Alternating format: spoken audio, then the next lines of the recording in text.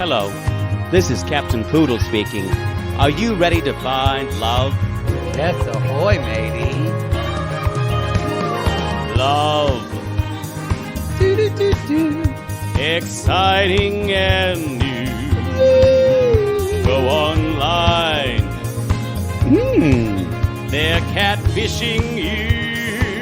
Shocker. Fiancé.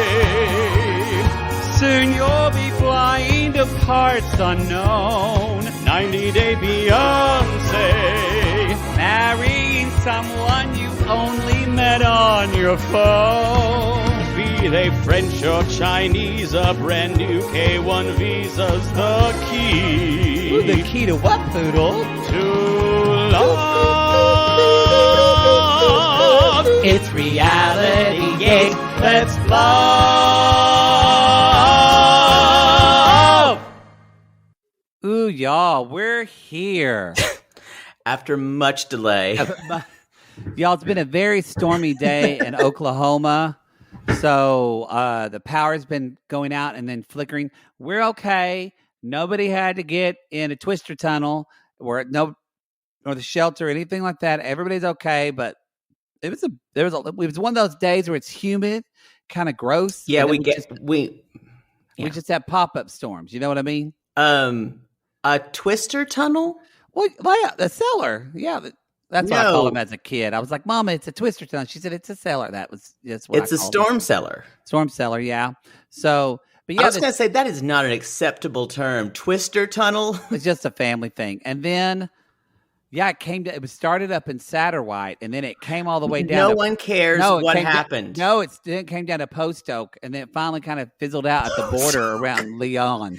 No one is an amateur storm chaser listening. I'm just saying, no, my cousin was out in Wapanucka, and he told me he could see the Stop! cloud. That is not a town name. You're just trying to piss me off by listing town names. I'm just saying, it's real places. God. Anyway, it infuriates me, these town names. Wapanucka. It's a town. I'm sure it is. And it almost seems, and I'm sure these are native words. Post Oak is beautiful. But coming out of rube mouths are almost it's insulting. Well, anyway. This is Reality Gaze. This is Reality Gaze, everybody. This is Happily Ever After, episode 98. And that's how it feels like how long this season has been. Or season 6, episode 12, Bubble Baths and Family Wraths. Wow. Family Wraths. This is the person naming this episode is like the fourth string. What is Family Wraths? I guess that's Family Libby. Yeah. Let's be honest. Lalu does a better job. Oh, and Intimate Portraiters. They're watching us right now on video. Ooh, Poodle. We're being watched on video. I don't tell me that because then I'll try to pull up my titty again. I don't think I've ever shown my nipple, just Please my shoulders. Oh, my no. creamy alabaster shoulders. If I look sweaty, y'all, I was on my Peloton earlier. I think I pressed the video button, did I? No. We should check, y'all. We'll be right back. So we were recording. We were recording video. Who knew? We didn't. Oh God, I don't know if it's ever going to get better than this. I don't think it's ever going to get. That's what keeps me up at night. I don't know. Yeah. I don't know if we can handle that. We need a tech person. We don't. We say that, but we don't right now. I have to tell you, you might enjoy this. I've been talking to a gentleman who is very tech savvy. Oh. And I don't know. We'll have to see if it'll work. Do not get my hopes up. I haven't even really met him yet. He's doing this thing where he likes to talk on the phone. Yeah. Wait, when you say met him, you've seen his dick? Oh yeah, come on. That's not even a question.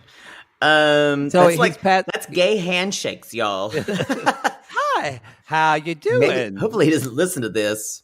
Maybe because I did tell him I had a podcast. Maybe I haven't told him the name of it. But he had a nice dick? Yeah. All right. We haven't gotten together yet because You don't know what his job is? Is it tech? Is it a tech job? I'm uncomfortable talking way too much about this. I don't even know this person. Don't get my hopes up about a tech person, and then you come back and say... I like it how you think that I know I should list his fucking resume right now. I know, but if you come back to me and say, well, he works on like micros for restaurants, I'm going to be furious. Micros?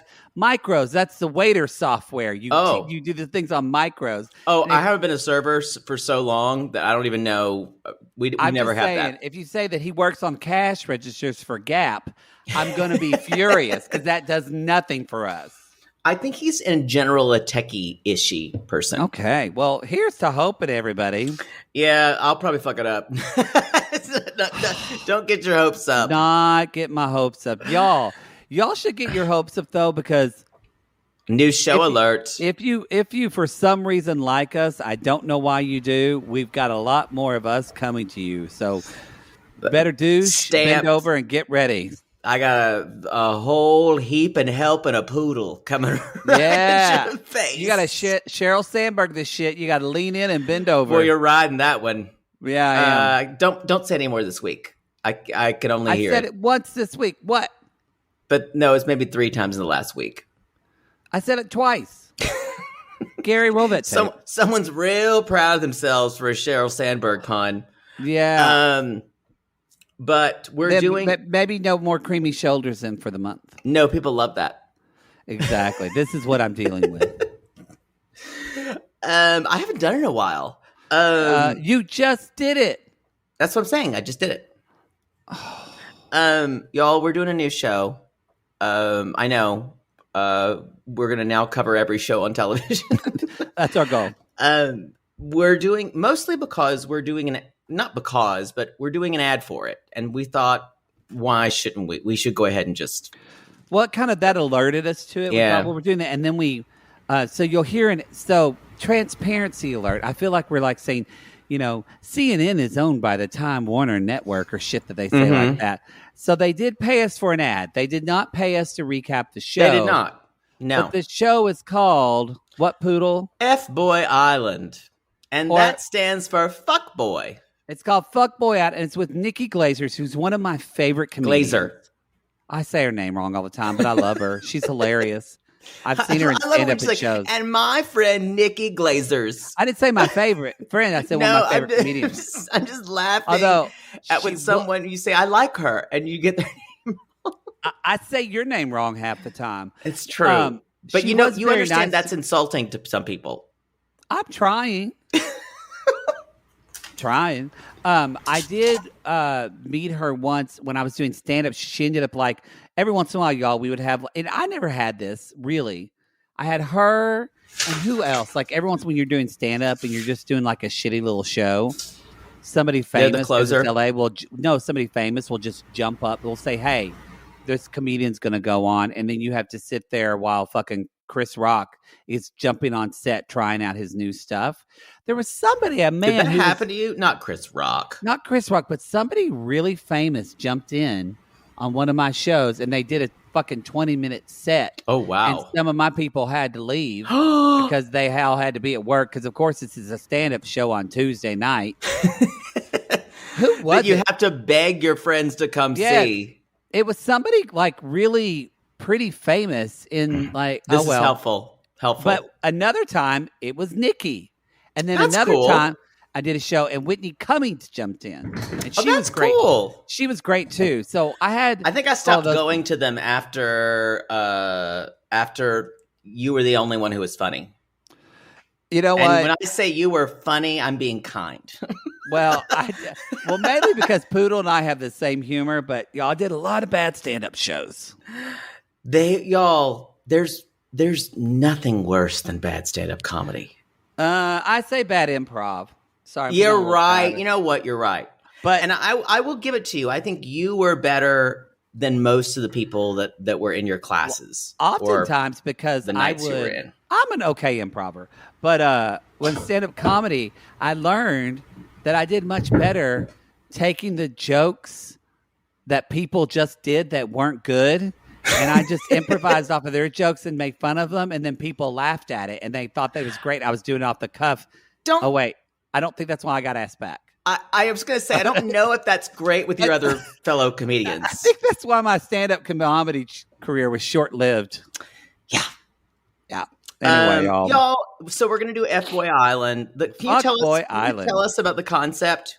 You were going to, and then you got off on Nikki Glazer somewhere. So I'm trying to lead you back. Fuckboy Island. Lead you back. Sorry, I'm done. So, okay.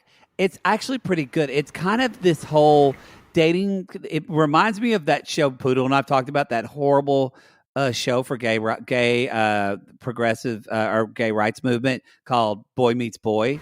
But it is. You said what? It is like Boy Meets Boy. Fuckboy Island. There's 24 guys that are all hot. 12 of them are self-proclaimed nice guys, fuckboys, or nice guys, and then there's 12 fuckboys that are like, I'm not here to find love. I just want to fuck. And then there's three women. It's not one. There's 3 women that are all looking for love, and they have to suss out these relationships. And then there's money involved. I don't know how they win money. The fuckboys win money if the women choose them. I think the nice guys get the woman. So there you go, y'all. And I'm excited. I think it's going to be a good show. The previews look fun. I think it's the concept is it's supposed to take a feminist slant on things. And a more affirming, women affirming, which is severely lacking in a lot of reality television. For sure. Yeah, kind of like if you watch Too Hot to Handle and you didn't feel a little sick with the misogyny, or even Bachelor, and you kind of start to feel gross. I think it's definitely going to be making fun of Too Hot to Handle, but it's specifically Love Island, and I think it's going to be making fun of Bachelor, which I'm here for. So anyway, we're excited about that. There's going to be, it's dropping like 3 episodes. The 29th. The 29th, and then more episodes after that. Yeah. So it's confirmed that they're dropping 3 with the first. Yeah, drop. I did see that. Okay. Some other announcements we've got is our charity for this month in the Sissy Squad. You guys join our Facebook group, the Sissy Squad. We have fun in there. It is called the Fisher House Foundation. And the Fisher House Foundation is responsible for kind of housing military families while there's former military, or I think even active military, are having medical procedures, or when basically they're helping the families. They're going to the families first. Be there.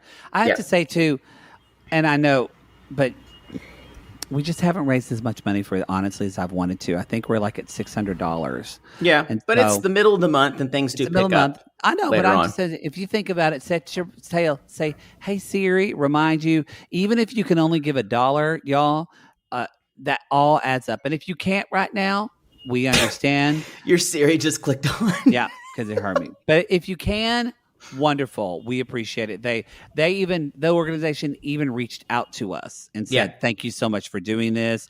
And I've had even a couple of sissies that have said, oh my God, I can't believe you're doing this charity. They housed my family, or they housed my cousins. A lot of people have come back and said that. Yeah. So anyway, we're really proud to help them out.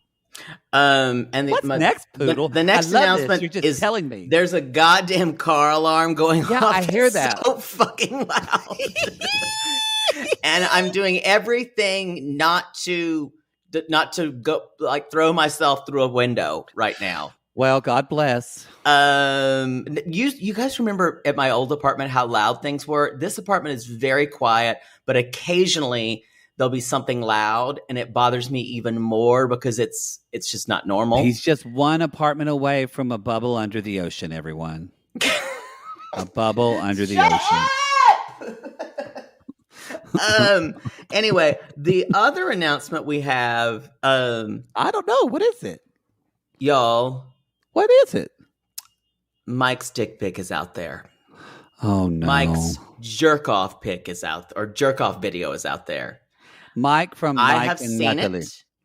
I have seen it. I do not recommend. First of all, I think I don't think I ever speculated on Mike's penis size. I don't think I ever wanted to. Did I? Maybe not. I don't know.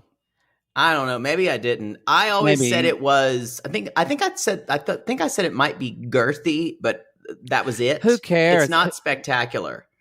Anyway, y'all, that car alarm is still going on. We can't hear it if it makes you feel Okay, better. good. I can't hear That it. does. You told me you could hear it. Can you hear it? I just want you to get on with the show. I can hear it very faintly. Ah! Oh, God. It's not like the cricket. Boy, I know. It's not like the cricket. So y'all go back to last year's shows. For about 4 weeks, there was a motherfucking cricket on the side of my apartment building that just sang and sang throughout the show. Remember there was one sissy who thought it was stuck in her car and she tore her car apart looking for the cricket. Anyway. It's hard doing shows when you're poor. So talk about the this dick cricket. pic is out there. It's nothing substantial. It's actually quite. It's not that it's small. I hate saying dicks are small. Because the average male penis is not even really that big. All dicks are beautiful. Kind of. Some are just more better than others. We're dick positive here. You're not. You're a fucking size queen to the worst power. Maybe. You don't get out of bed for anything bigger than a 7-incher. Well, I have to stretch. It takes a long time. It's awful. There's also dirty talk going on, and he refers to himself as daddy. Okay. And also says something about, you want me to put this in your tight pussy, and you will everything will shrivel when you hear him say it. I think someone sent it to both of us. Is that what it was? Yep. Maybe I won't look. You kind of do that for me. You don't have to. Y'all, it's like Poodle in this version of SVU, Poodle's gonna always look at the bodies. Ooh, that's it. That's her. Yeah, that's her. That's her. That's her. Now, here's a question. And then I lose my lunch. Was he masturbating with butter?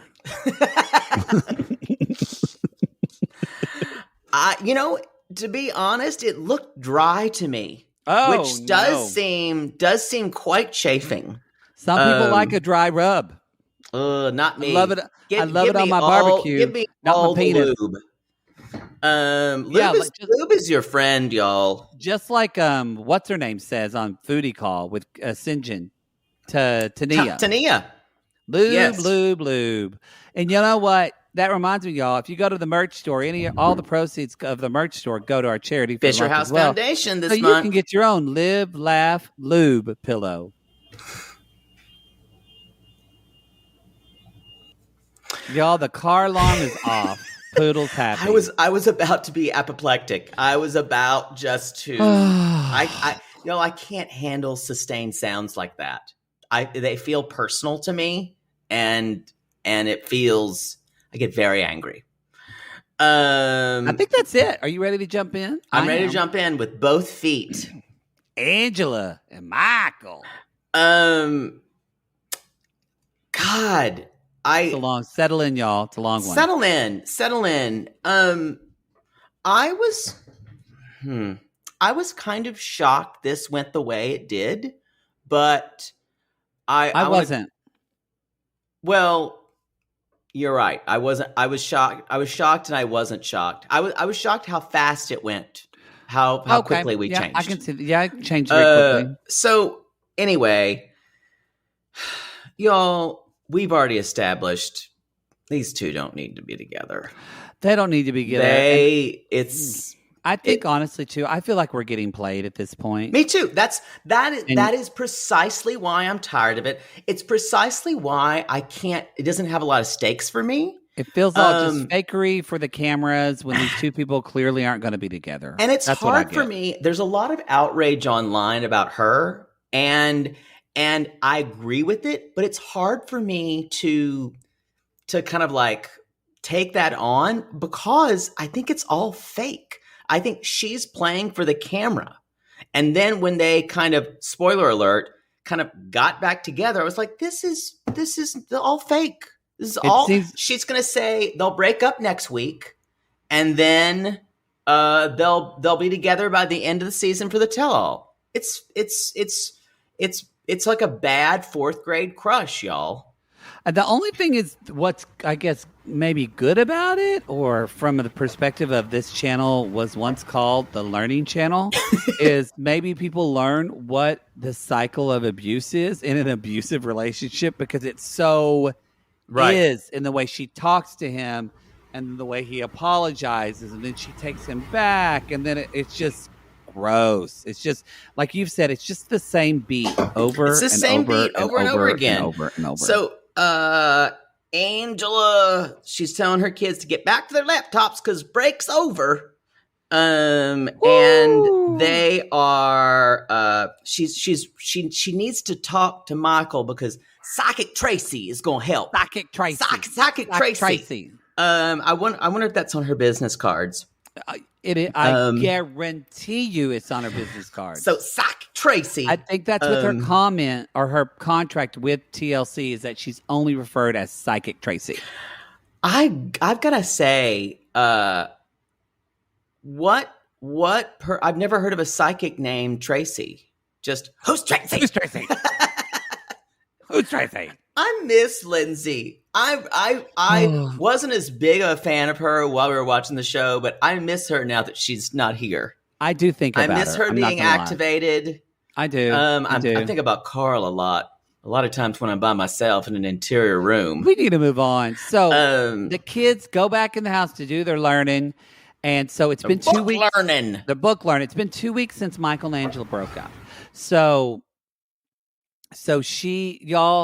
they're doing this reading. And so Angela says, I think Tracy can uncover why we're having these problems. And I was like, it doesn't take a psychic.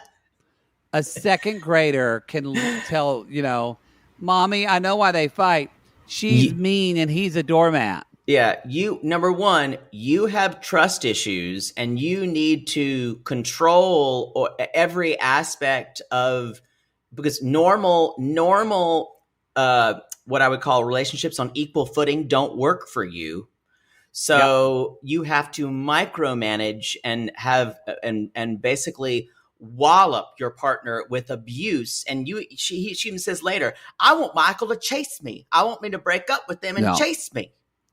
So she is the girl on the playground who would smack you in the face with her fist, and then you would chase her, and she was giving you attention that way. And she actually liked you. It's totally classic codependency on her part, and also someone who's addicted to the drama. Yeah, she's just always addicted to drama, and so and also y'all, Tracy is not a psychic. Angela totally told Tracy what to say, because if Tracy was a real psychic, she would tell Michael to run.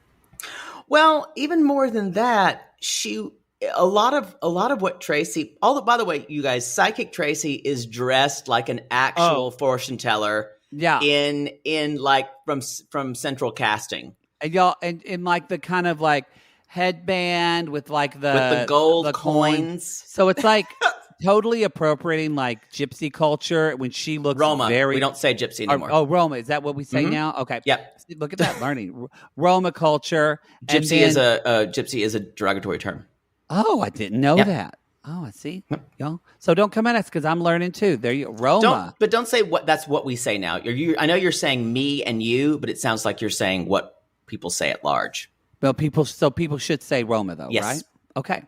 Well, she's wearing a Roma headscarf with the coins, and she looks it's white as fuck. It's not even that is. I think you are correct in using the term gypsy because that's what we see it as. But I'm saying we just don't say that word. It's not to say that Roma people wore those is not accurate. It's a cartoon version of a fortune teller. Yes, that's what I'm. Yes, like what you would see in a fucking movie is what she looks like. That's what I'm trying to say. That's what Psychic Tracy is going toward. Yeah. And Michael agrees to this, which I think is pretty surprising. And Angela's even surprised. Maybe he wants to make things right between us. Which I don't know what. So my question for you is, what does Angela, she says, I want him to make things right. What does she want out of this? To be right. What could this yes, that's what, obviously, but I'm just saying, what does she want him to say? That she's right. I really think that she wants him to do what he does later. She wants him to apologize. Right. And say it's all his fault, which is his way of saying she's right. Yeah, it just... That's what she wants. She wants, and on a deeper level, she wants him to be, which is why this feels very, and I just use this word because it's true. It does feel, I think it's fake, but also feels very abusive. And that she wants him to feel, she wants to have the power in the relationship. And because what this is all, why Angela is so upset is she has no power over him. Exactly. Right now. And he's calling her out and saying, what you're doing is ridiculous. And he's laughing because what she's saying is so stupid and childish and not grounded in fact at all. And he's laughing. Mean last episode when he's laughing. Yeah. But she brings that up like he's done it several times. He's laughing and going, oh my God, this is ridiculous. And she's taking that as an assault. But he says, so she's asking her angel cards, y'all. These look like they were... What is that? If you're watching the Intimate Portrait right now, someone's just put on their fortune teller. Hello, Michael. Let me grab your card for you, Michael. I'm not sure she's British or South African. I couldn't tell, but she has a weird accent. So that's why I'm purposely doing it weird. Yeah, that's it. Yeah, that's why. That's it. So she grabs his card and she's like, your first card, Michael. You need to pay attention to Angela and be with her more. I wasn't paid extra by Angela to say this or production. Or it won't walk. It won't. Angela, what did you write on my hand? Oh, work. It won't work. That's what you need to do. It won't walk. It won't walk. Michael, you need to be there for your wife.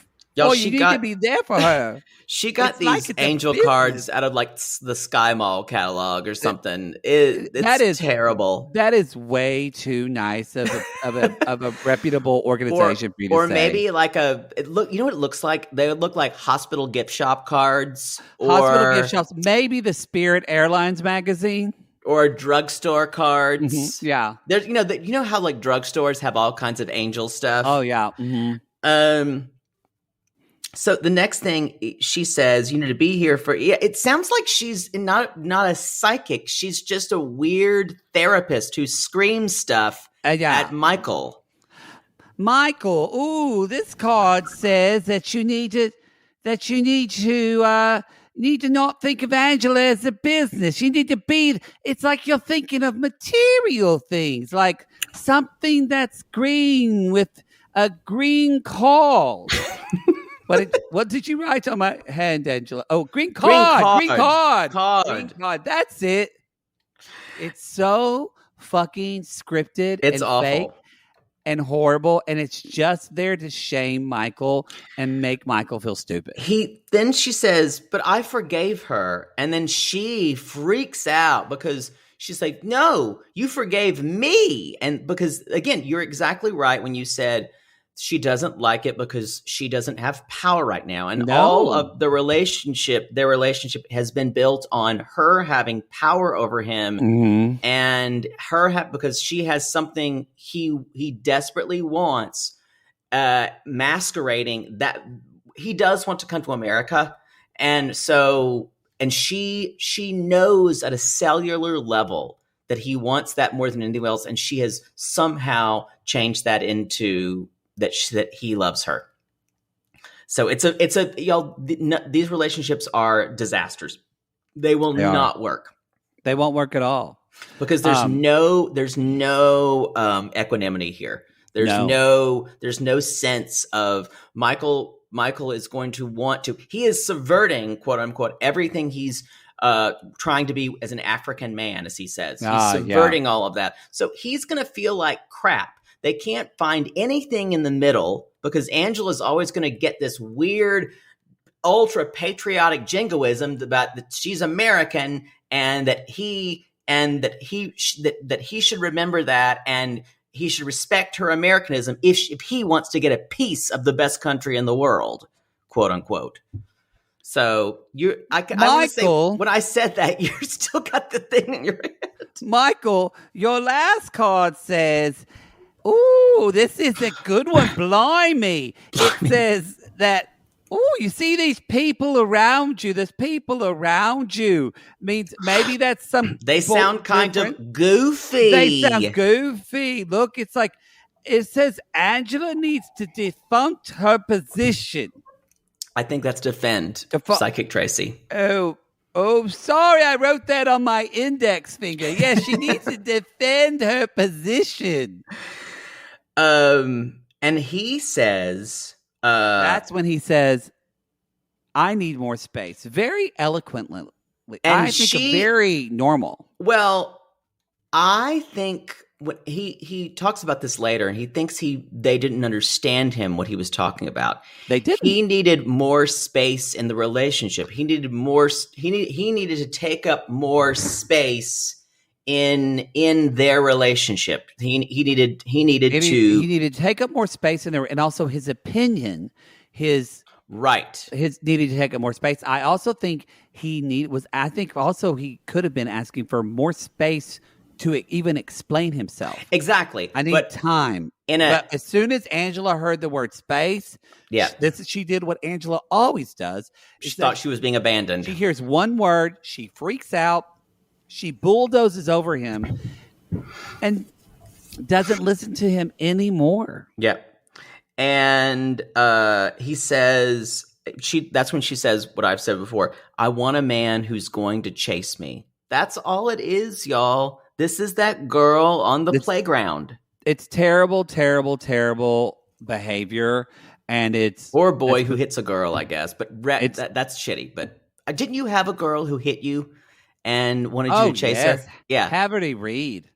Oh, and Felicia, what was her name? Felicia, was it? Oh, Felicia Tuttle. Oh, and then Jamie Lee.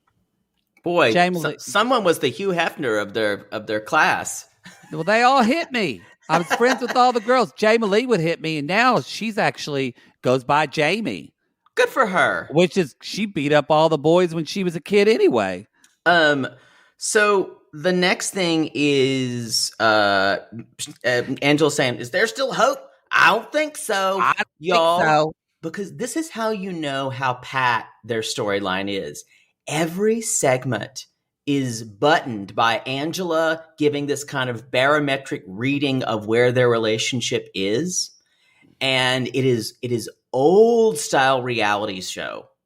And this is like the old style, trying to think who would do this. This is like Days of Our Lives of reality. It's like a soap opera in that nothing really happens. You just inch along. Yeah. Nothing Does Michael...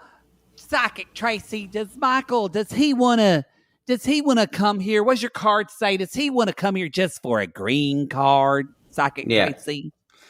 I think that's why I'm annoyed that this storyline is still being covered. I think Angela still gets ratings for them. Am I upset and annoyed because of how abusive Angela is? Yes. Am I more annoyed and about the storyline because it goes fucking nowhere? Even more so. I think that's how I feel about it. We're not done. Which, by the way, Psychic Tracy says, "Oh, I got to believe," called Angela. What do you believe in your gut? What do you believe, Angela? So that kind of Michael's doing laundry, and Michael's in Nigeria, and we get a little bit of Michael saying like, he gets nervous that he's going to lose her forever, and he's getting really scared right now. And so Michael calls her, and she just immediately, and I wrote, she's so addicted to the drama. She just answered the phone and says, "I don't know why you're calling me, Michael." Yep. Now, look, whenever he's calling her this time, she looks very different from when they had the Psychic Tracy call. She has lost, at this point, and she even said 70 pounds at this point. So it's almost this is sorry, y'all. This is going to be inside baseball. No, But you're right. And I was going to talk about this you too. know what this tells me? It tells me This they was recorded recreated. everything, and they're like, "Hey, we need to record this section so that way you guys get back together, so then you can break up again because we've got nothing for you because it's the same storyline." No, I feel like this was recreated at a different time. Yeah, it was done after all this was filmed. Exactly. Because Angela looks totally different. She looks different, and then the whole thing. What also looked different. She even looks even more different in the bathtub. Because I actually think she looks slimmer in the second video. She does. That's what I'm saying. And was bigger in the bathtub. Right. That's what I'm saying. Yeah. You said that better than I did. Continuity is a big thing in production, y'all.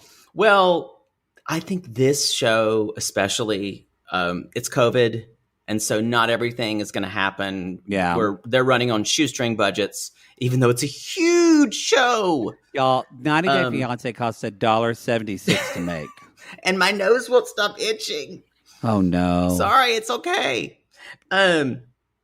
So first thing is, he apologizes. He completely folds because he knows, and it's so sad to watch this. He knows that is the only way he'll get to America. And it is the only way we can go to a softer Angela. It's almost like you have to throw her a carcass of a gazelle and have her go, and then she's a little pacified. Or like me, if I haven't had sex in a while, you give me a starter dick and I'm a lot better the next time. That was a visual I didn't need. But it is actually what it is most like to me. It's like dogs. Well, y'all, if you look at dog behavior, it's just so much of our own behavior that's instinctual is very similar. It's like when a dog gets on its back and rolls over and submits to another dominant dog, and then the dominant dog is fine because they know the dog. It's all fine. Yeah, and it is very instinctual. Yeah. So she says, I've seen Poodle do that too. By the way, just rolled and right I on. lay on my back, and then while the other dog thinks it's all fine, I jump on the dog's back. I'm like, Poodle, stop panting. So she then takes a really interesting turn and defends her surgery, saying she had to get the surgery because she would have died. That wasn't said. This is a different thing than we've ever heard. I'm not saying it's wrong or right, but nothing's been said about this. She says she's mentioned, quote unquote, her health, but it's always like the fifth thing she mentions health. Mm-hmm. When the first thing she mentions sexy grandma, sexy Meemaw, all that kind of stuff. Yeah, I wrote that too. I went, well, this is new information. I know this is new. You couldn't breathe. And you guys, when you start coming up with new information in arguments, it's desperation. Because I don't think she laid this out to Michael. If she did, we didn't see it. Yeah. So she says, then she starts saying generic things like, well, Michael, after he's apologized over and over again, well, Michael, I believe in deeds. You have to step up to the plate, Michael. And Michael says it's hard for me to understand this over the phone.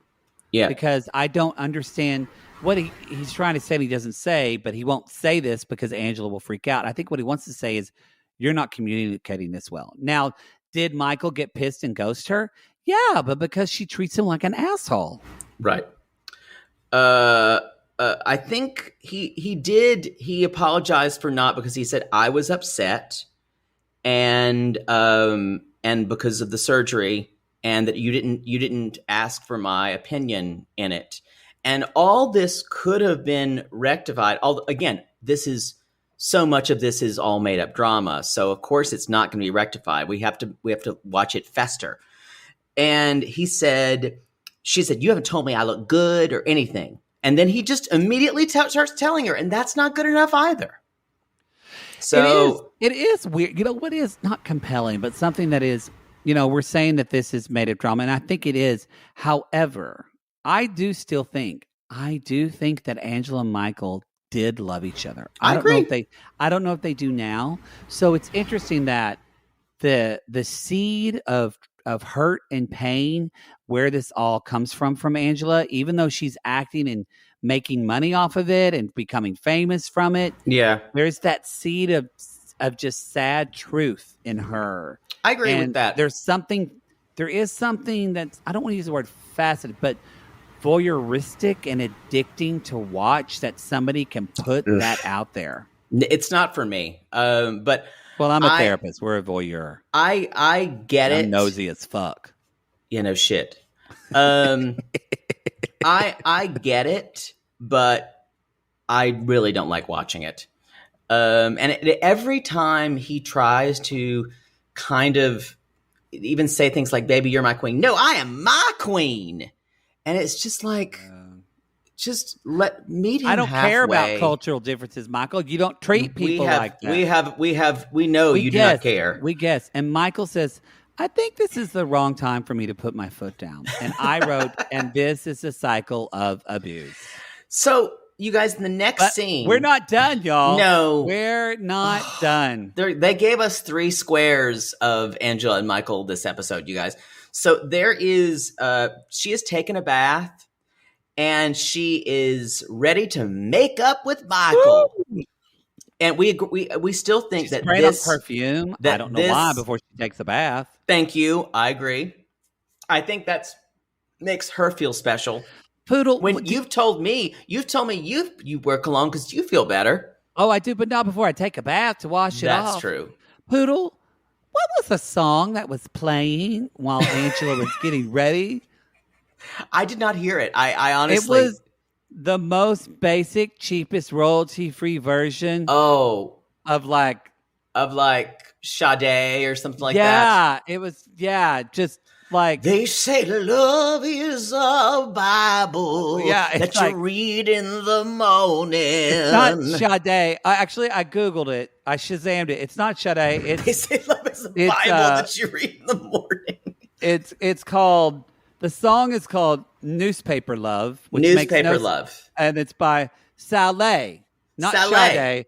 Saleh. It's just spelled Sally with an accent over the Y. Oh, Saleh. Yeah. Saleh. I know her.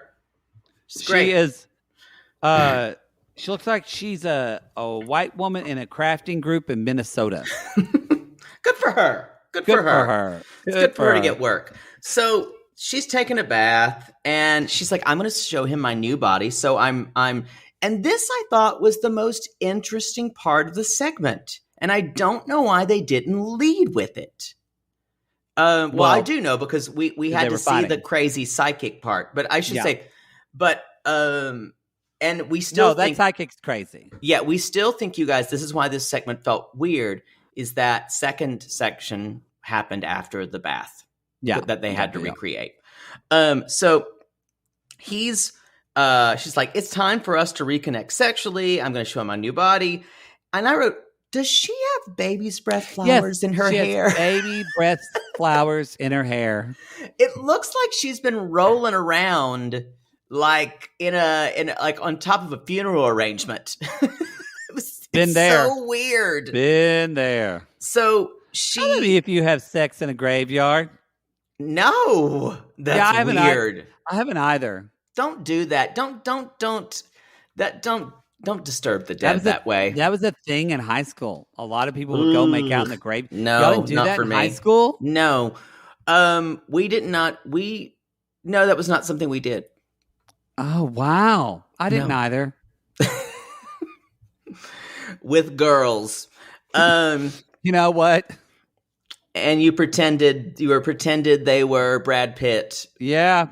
I just thought, don't picture Brad their boobies. Pitt, he's going to come out of behind a grave like Brad Pitt with long hair from Interview of a Vampire any moment. I just know it. Y'all. So anyway, she's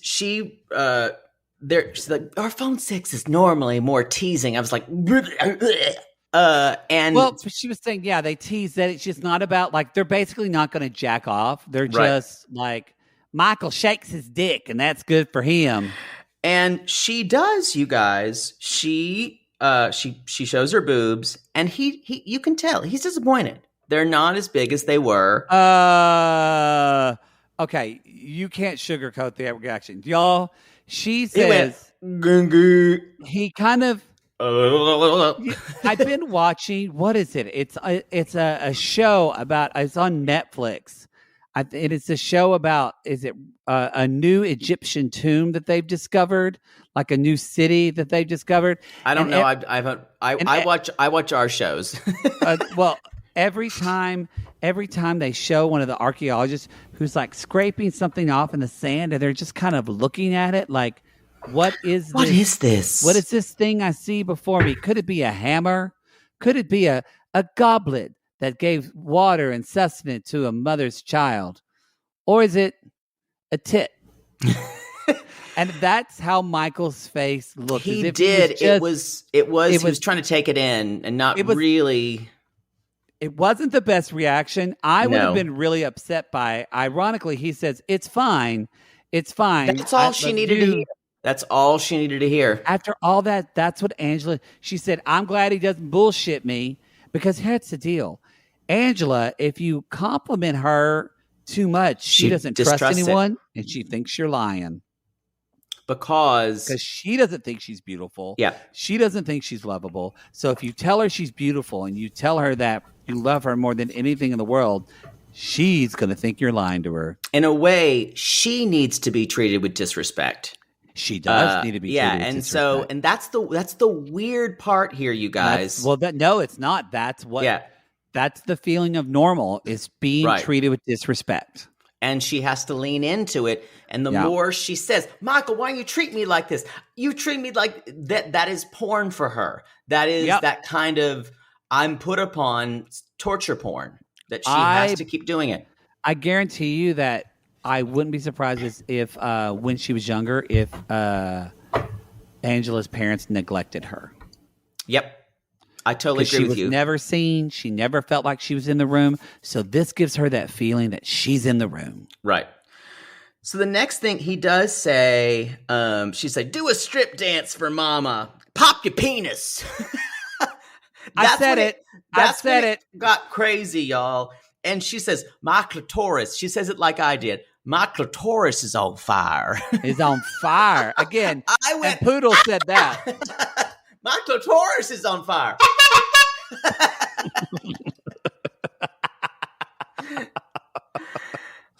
And I could really wave that American flag, and you had to make it more disgustingly nationalistic. Yes. Dun, dun, dun, dun,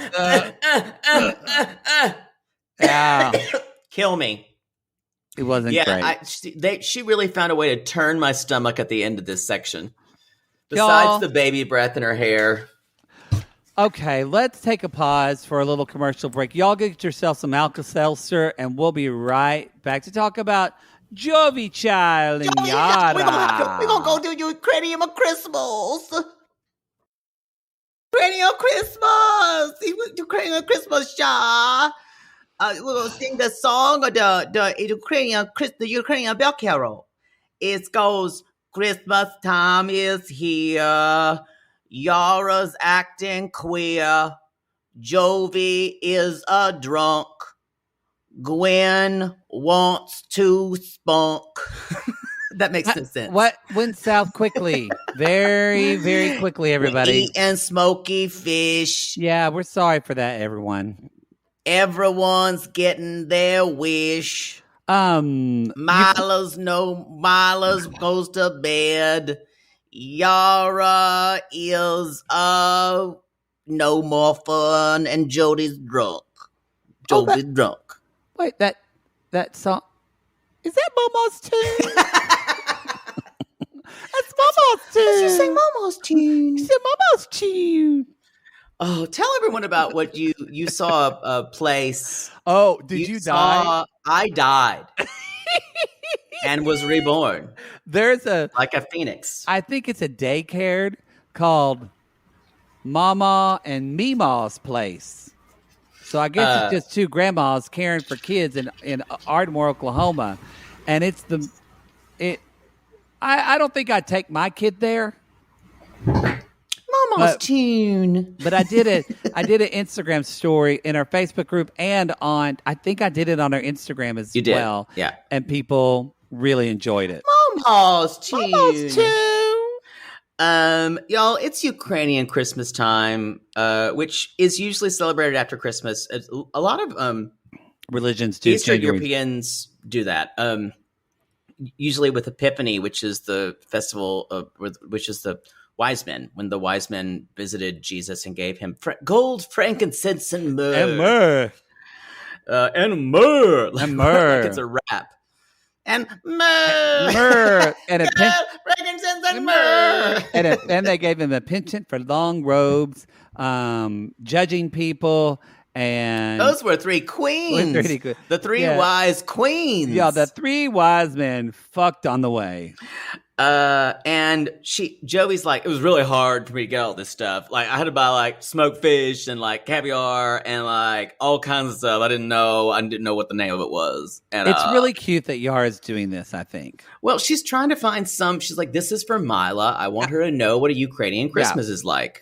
I shouldn't say the word cute because I don't want to sound like, oh, that's cute. I mean, it's really, I think wonderful that she's doing this. I think it's really she's inviting Gwen and the cousins Claire and Chris, and Claire is also Mila's godmother. And she likes them. Yara likes them. She's like, I said, quote, she said, I really like them. And so Claire's, again, the whole Jovi, she's like, well, Jovi used to be the partier. He would say, let's go drunk. Now he's in bed at 7:30 p.m. They're impressed with his change. Yeah. They're impressed with his change. So did you know I like Jovi's shirt was so cute. I love the distressed parts of it. No. I would totally wear it. Oh no. You can't start obsessing over him again. I know got sometimes you got out of it. Sometimes I do think he's attractive in certain lights. And then he opens his mouth, and I go. Have you heard? We need to share it on Instagram. There's a YouTube person that does a woman who does 90-day fiancé impressions. And have you heard her Jovi impression? No, and the way she does her. Oh, someone sent it to us, and when he talks like this, but she does her mouth just like him. It's really really funny. So, okay. I want to be open to things, and I'm all about like trying a different culture. The food did not look appetizing to me, I have to say. Well, it's smoked fish. It looked like herring. I will say I've had in Eastern Europe, you find that a lot. And I like caviar. They did do their best to make that fish look it looked like dried fish as well. Yeah. But I will say it is some of Baltic foods can be quite distressing. Y'all, they lived in the fucking winters and they had to put salt on everything to preserve it. So it's But I mean, it's traditional. There's people who don't I'll never forget when one of my friends from Michigan, my mother made gravy biscuits with sawmill sausage gravy, and he's like, "This is." He ate it. He ate a little bit, but he didn't say anything. He's like, "This is disgusting," to me later. So because he have a thing like that. So and also to a lot of holidays, you would probably speak more than this to me, but I feel like on a lot of holidays, the foods we eat are traditional, and they're often traditional foods that just poor cultures ate back many years ago because that's what they had to eat. Yeah. I you were talking about goulash last time. Mm-hmm. I actually did. This is how crazy I am and how much of a food nerd I am. I looked it up, why some things are called goulash, and it actually has nothing to do with Hungarian goulash, as you probably know. It has everything to do with what kind of, and it was a cuisine of poverty. Exactly. It was a lot of these. Sometimes they're eating foods people ate 100 years ago, which are not expensive. It's not duck à l'orange for Christmas. People don't do that. So anyway. Yeah, we would do for Christmas. We would do a similar spread that we would do at Thanksgiving in my family. Yeah. We would usually do either a turkey. Some would make some type of like fried meat or grilled meat, possibly pork. I'm trying to think what else. Usually the brothers in the family would bring some kind of like smoked meat that they had. We always have smoked ham. That's our Christmas thing, is a ham. We didn't have that was weird. You know what? Someone usually would bring a ham, but it wasn't the biggest thing. Usually it was a turkey or a chicken. We had turkey too, but yeah, we didn't do turkey. We didn't do ham on Thanksgiving, just on Christmas. But everyone kind of brought their own side dish, and it was that kind of potluck thing because my mother's family was so big. I'm all about mixing it up, though. Hey, Thanksgiving and then Christmas, like that. When I first moved to LA, my friends that were Jewish, that was the first time I ever heard somebody going to have Chinese food on Christmas, and I went, "Well, that sounds wonderful." Yep, that's what they do. That's what they do. So anyway. This isn't a 90-day. You know why? Because the Chinese restaurants are open. We're open. This isn't a 90-day foodie call. It's regular 90. Snap out of it, Turtle. Check out our foodie calls. Snap out of it. Snap out of it. Yo, Rodney, where are you, Rodney? Snap out of it. I just want Rodney and then Brittany to be in the same show. I don't know how we can make that happen. Mom. So they're they're talking, and Jovi kind of brings up, well, you know, like Miles is sleeping with us. Miles is like, you know, what are you gonna do? Miles is like, I can't do anything because Miles is sleeping with us. And Jovi, she said, say that, Jovi. How do you and she says, and Yara, Gwen says, how do you have mom and daddy time, Sha? How you gonna have mom and daddy time? Which I can understand because I make sure we know someone who likes daddy time, and that's Mike from Mike and Natalie. He likes that daddy time. Daddy, but he's stroking that pork and beans dick. Oh God, that's exactly what it is, y'all. I'm going to describe it. It is shaved within an inch of its life. There's not a speck of pubes. And really? It is definitely a pork and beans dick. Yes. Mike has no pubes? You would think it would be just like a brambly forest. Like Saskatchewan, because that's what he is. Like his beard. Bigfoot, Big Bush. Yeah. Big Bush. Big Bush is the cousin of Bigfoot. Who just walks around with a pubic bush that goes around him like a cloud. Bigfoot's in Oklahoma because that's where they say, a lot of people say is. Big Bush is in the Pacific Northwest. Yeah, Sequim. And so I like when Yara, she's like, and Yara said to Gwen, "You worry if I serve your son or no?" And everyone freaked the fuck out. I love Yara's sense of humor. It is so bitchy. I'm here for it. Because even Yara was like, this is weird. I don't get it. And like, I have to say, I didn't like it that, do I think Yara is a bit of an overprotective mother? Yeah. I do.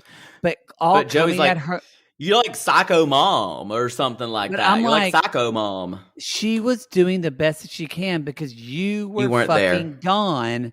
Like, she's figured out her way. She probably had her baby sleep in the bed with her because she didn't want to sleep fucking alone. She needs a lot of latitude, and he's really not. None of them are really giving it to her. And this is a thing, you guys. I mean, she should be handled with love gloves. Those of you without kids, co-sleeping is a thing that people do with kids. Yeah. And my mother would think that was a ridiculous thing, but I have friends who have kids. They do that, you know, and it works for them. I think unlike someone like Robert, they usually try to wean them off when they can play their own video games, like Bryson. They usually try to get them their own bed. I wouldn't do it. I don't even like my dog sleeping with me in the bed. I like to spread out. I would not do it either. But I don't usually like another person with me in the bed. But that's me. That's true. Yeah. After the guy does his business on I Poodle. have to get used to it. He's like, y'all, now this did remind me. The way Yara kicks out her family is the way Poodle kicks out Trix. Yeah, I understood that. You've been here for 2 hours. What else do you want? Poodle I fed you your Ukrainian Christmas. What are you doing? It's Poodle's bedtime. I just make up an imaginary child. It's true. I do think Yara should have caved on this because I can tell you why. But because Jovi needed it. But anyway, well, here's why. Ain't never been a Cajun party that wasn't all night long. Agreed. That Mama Gwen and those cousins were going to drink until at least 11 p.m. and they were probably going to stay over. But Gwen was right. Gwen was like, it's 6 p.m. She can go lay down in the bed and we can hang out. And Yara was like, well, I don't want to say I'm kicking you out. This is a cultural misunderstanding. She said in Ukraine, people go eat, then they leave. That's just for especially Cajun culture, but in my family too, people stay all night long. And especially if they drove 2 hours, they would stay because you would want the time with them. Yeah. They would spend that time with them. Unless you're my brother and my sister-in-law who start to preemptively leave because my mother's like, let me give you this. What was your aunt or cousin who started vacuuming? what was that story? Aunt Joe? My Aunt Joan, when Christmas at her house, with Christmas at my Aunt Joan's house once, people were talking, and my Aunt Joan got out the vacuum and started vacuuming her house. And my mother went, cool. Well, I guess that's our cue. And she'll say, to this day, she's like, remember when Joan got out that vacuum? Did she still talk? She was saying, get the hell out of my house. Did she talk about it the entire way home? Oh yeah, we all talked about it. It was my whole side of my father's family. Remember when she got out that vacuum? Wow. And yeah, it was something. It was really something. Love to Aunt Joan. Hope she's doing well. Love to Aunt Joan. She's kind of bitter these days. Shocking. A lot of back pain. Wow. Okay. So, she basically kicks everybody out, and Gwen's like, "So you're telling us to leave?" And she's like, "Well, she's a schedule. Yeah, she's a baby. Your baby can have one shitty night for scheduling." Because and she could have, you're exactly right. She could have gone and laid down with the baby. Yes. And she could have gone to sleep. Now, I'm sure they would have gotten loud, but this was a little an issue of Yara being intractable. It was too much. Yeah. And I do disagree with you on one point, at least with friends that I know that have babies. One night that your baby gets off schedule can set your whole week off. So I understand Yara wanted to keep the baby, but it can really fuck things up. But then you follow that up to say the baby could have just gone in the bedroom and gone to sleep, and everybody could have stayed in the living room. Yeah, you check on the baby every 10 minutes or 15 minutes. I think what we're starting to see, and Jovi's just not is not articulated well, because after they leave, and did you want to say something? No, I was going to say, I think taking care of that baby by herself and being in a foreign country by herself and alone was traumatic for Yara. And I think this might be tinged with a trauma response. I think that's definitely what's traumatic for her. And I think that for Jovi, he just doesn't know how to say this because he keeps saying, I want you to be fun. I want you to be like you were. But what he doesn't know to say, because he's a man and a lot of men have trouble recognizes, I think what Jovi's recognizing and feeling underneath is you're anxious all the time. Yeah. Your anxiety You're not level. fun. And this is very common with new mothers. I have a good friend that... You're not fun anymore. We should stay up all night. Yeah, she was always kind of an anxious person, and then she had her baby, and she realized, oh, fuck. This is I've got to go to a therapist and get help for my anxiety, because this becomes... I mean, I can be anxious sometimes. I can't even imagine if I have a baby. I'm already stressed out about our live shows. When I go to bed and Poodle is still at the bar, where's he going to be 3 hours from now? Like, I'm actually nervous about it. I'll tell you what, I'm hanging out with your fucking husband who you brought there. No, y'all, you think I nag you, but it's because I love you and I worry about you dying. And then your mother calling me and saying, God, Matt, I really thought you would have handled that better. If you bring your husband to the live show, don't leave him alone with the bar with me. No. I'm going to tell you that now. That's just like blood in the water. The title of my third biography, Blood in the Water. We're horrible, horrible, horrible. So the next morning, he basically, the topper is, he's like, you're fucking rude, and tells her that. And so she... because she needs to understand, in a Southern culture, that is... Yeah, that's the worst thing you can do. Very, very, very rude. Yeah, that's one thing. We still talk about when Aunt Joan made everyone leave early. We would, if Aunt Peggy had done that for when Aunt Cheryl and Uncle Leonard had driven up from Dallas and said, "Hey, it's time to," because that's about an hour and a half drive. What you have to start leaving, you guys. You have to start leaving 30 minutes before you're ready, because you're going to talk in the foyer or the foyer, if you want to call it. You're going to talk in the foyer for another 45 minutes. You're going to go outside. Yeah. You're going to roll. You're going to hang on your truck bed, listening to crickets. And the kids are going to run around and play outside and be then you screaming. Have to scream at them. Jeremiah, come here. Put your shoes on. Put your shoes on. We are leaving. Anyway, so I was telling you, I told the Tandy, I just said, I'm not going to be nice to you anymore if you are not going to give me free toast. But that's why I go to that diner. We're saying that's a normal thing. And for her to kind of stand at the door and say, it's just, that was off-putting for them. And Jovi could not handle it. Because I will say one thing, as far as hospitality-wise, it's just something you never do is tell someone they need to leave. It's not good. It's not good. Didn't go good. Didn't go good. So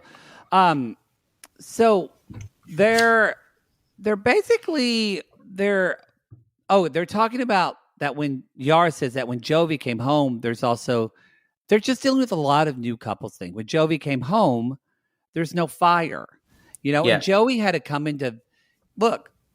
Yara is a different person because A, she became a mother, but B, she became a mother by herself. So I bet a lot of her sexual side and sexual identity probably did get kind of pushed to the back burner because Jovi wasn't there. Well, and she even says when you come back from working, you're so tired, or she's like, "Do you have side chicks there?" And he kind of laughed about it. And she's like, "Where did your fire go?" Yeah. So I think she gives you guys, and I'll say this too. We're talking about this couple as they're super problematic and they have lots of issues.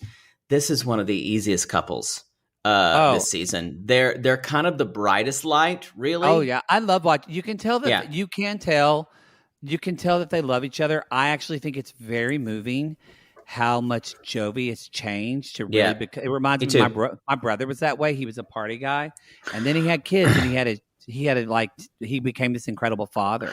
So they're in New Orleans to buy a crib, you guys, and one of my favorite things in this world are... I think I got all this, by the way. This is when the thunderstorm came down, and so I lost some stuff. It kind of went on and off. Unnecessary quotation marks happened. There's a whole blog about unnecessary quotation marks. And this sign was like, the baby's room. So there's no reason for this title of this store to be in quotation marks. And it just says... What kind of room is it, really? The baby's room. All in quotes. All in quotes. Like fresh made to order. Fresh made to what? So you're telling me it's actually not made to order? Yeah, That's the thing. Like honestly, if you're gonna have a store called the Baby's Room in quotes, it should be a sex the shop. Baby's Room. It should be a sex shop because it's like baby gets a spanking. Or you know that place, we just call it the Baby's Room. The Baby's Room. What did we say last? We were just y'all. Poodle was getting his drizzly order. We had to pause real quick. So we every time I've done like 5 towns now. Every time I press record, Poodle just starts talking about inane shit, and so then I have to start over. But you know what? They're gonna see what I have to put up with. I just had to wait on you all day. So I'm not having it. You weren't waiting on me. You were waiting on God to get rid of her thunderstorm. So they're at, quote unquote, the Baby's Room. The Baby's Room. There's word art fucking everywhere. Like, we are so blessed. Blech. God, y'all, don't subject your baby to word art. Oh, no. We're going to get pictures now. Don't do that. I mean, they can't read. Why is it there? Exactly. You might as well put a pic. I had a circus theme when I was a baby. I had circus stuff everywhere. And now I'm afraid of clowns. So figure that out. But you still want elephant dick. So there you go. So they're looking at these. Y'all, this is a high-end baby store. I got to say this. This is a boutique kid store. This would be in Pasadena, where we're from. Yeah, it totally would be. Brentwood. Or Brentwood. That's exactly what it would be. So, they see a crib, $700. That does seem expensive to me. Maybe it's not. That seems a lot to me. So, and Joey's like, let's just buy it online. It's like, why spend all this money? Jovi, but we don't know what she's sleeping. It could be so expensive. Then he just jumps and says, I think we should take a trip somewhere. And y'all, I will tell you right now, moms who have a babies this young are not ready to leave their baby. Is she even 6 months yet? I don't think so. I don't think so. You can take a trip. I'm not judging you if you do. I'm just saying, moms, if they give you any pushback like that, just say, you know what, you're right. I think what you're trying to say, and I think, is let the mom be in the driver's seat. But again, Jovi says, I keep wanting fun, Yara, instead of saying, how do I get you to relax? Because you're really anxious and you're really make it about her and not what he wants. Because I can tell you, I want fun, Yara. I can tell from the way Yara speaks, she is terrified something's going to happen to the baby all the time. My mom can watch her. It's not a problem. We'll go and have an adventure. I think her baby anxiety is at a 9 or a 10, and that's a lot. I like it when she's like, maybe I am not fun, Yara, because I have to breastfeed and watch the baby all the time every 2 hours. So maybe that makes me not fun. I love how she's got to come back for that. Yeah. And she's right. She's right. She's right.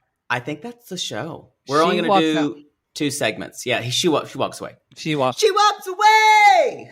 Y'all, Poodle is hungry, and he just got his drizzly order, and he's crazy right now.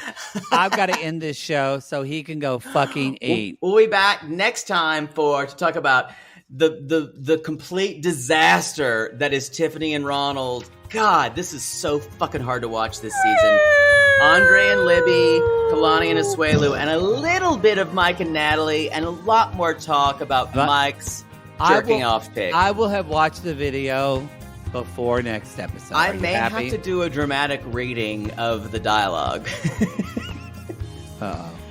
Y'all, we call these people lonely hearts, because aren't we all just lonely hearts looking for love in all the wrong places? Go, Poodle. Yes. Christmas time is here. We're cooking a whole deer. Got some sausage shy to make. And we're all gonna have a Cajun bake. Yeah! God, that's...